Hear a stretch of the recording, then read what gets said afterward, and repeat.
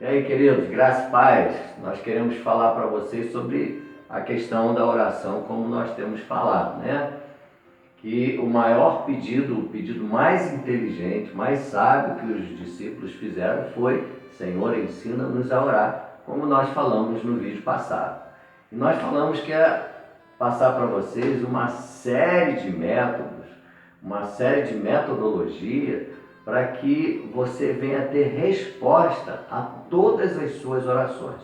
Porque o próprio Jesus, ele nos promete isso. Jesus falou assim: olha, tudo que você pedir em meu nome vai acontecer. No livro de João, a epístola de São João diz assim, ó: tudo que você pedir segundo a vontade do Pai, nós temos a certeza, a confiança de que nós alcançaremos.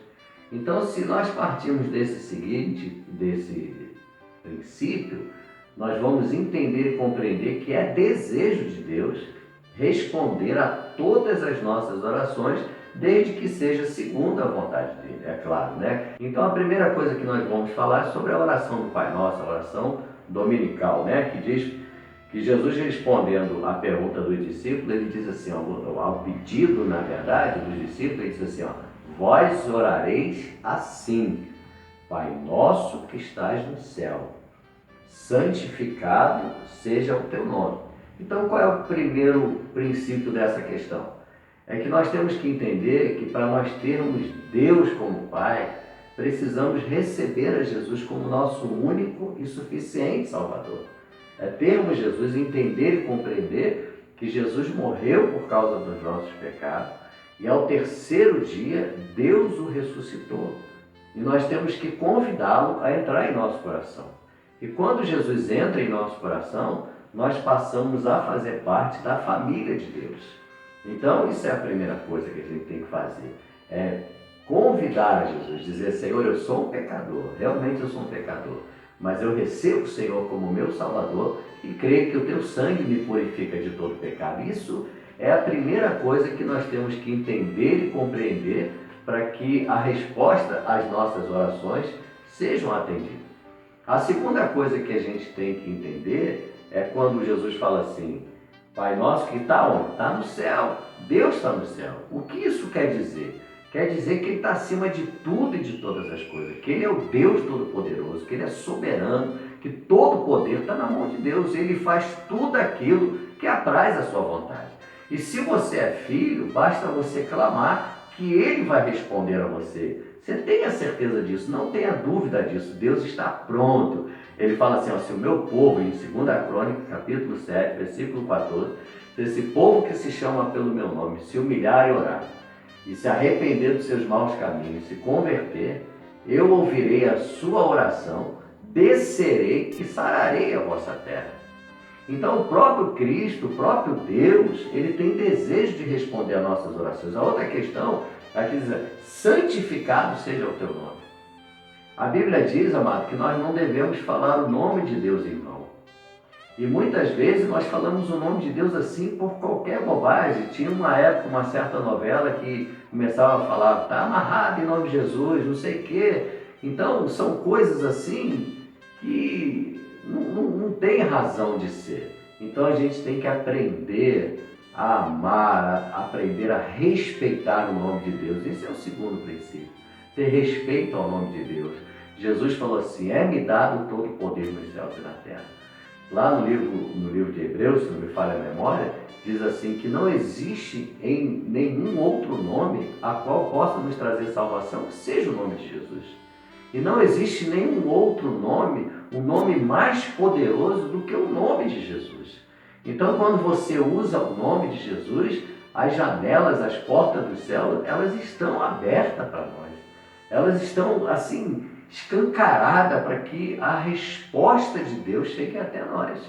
Então, quando nós santificamos o nome de Deus e falamos assim: venha o teu reino, olha só que coisa linda, que coisa maravilhosa, venha o teu reino. Você já está dizendo para Deus assim: Senhor, tu és o meu rei. Olha que coisa maravilhosa. É muito lindo isso é muito profundo quando você diz: tu és o meu rei, né? Você está glorificando a Deus, você está dizendo: Senhor, tu és o meu rei. Interessante assim: faça a tua vontade. Olha só, todo súdito, ele tem que fazer o quê? A vontade do seu rei. Quando você faça a tua vontade, como isso é difícil, né?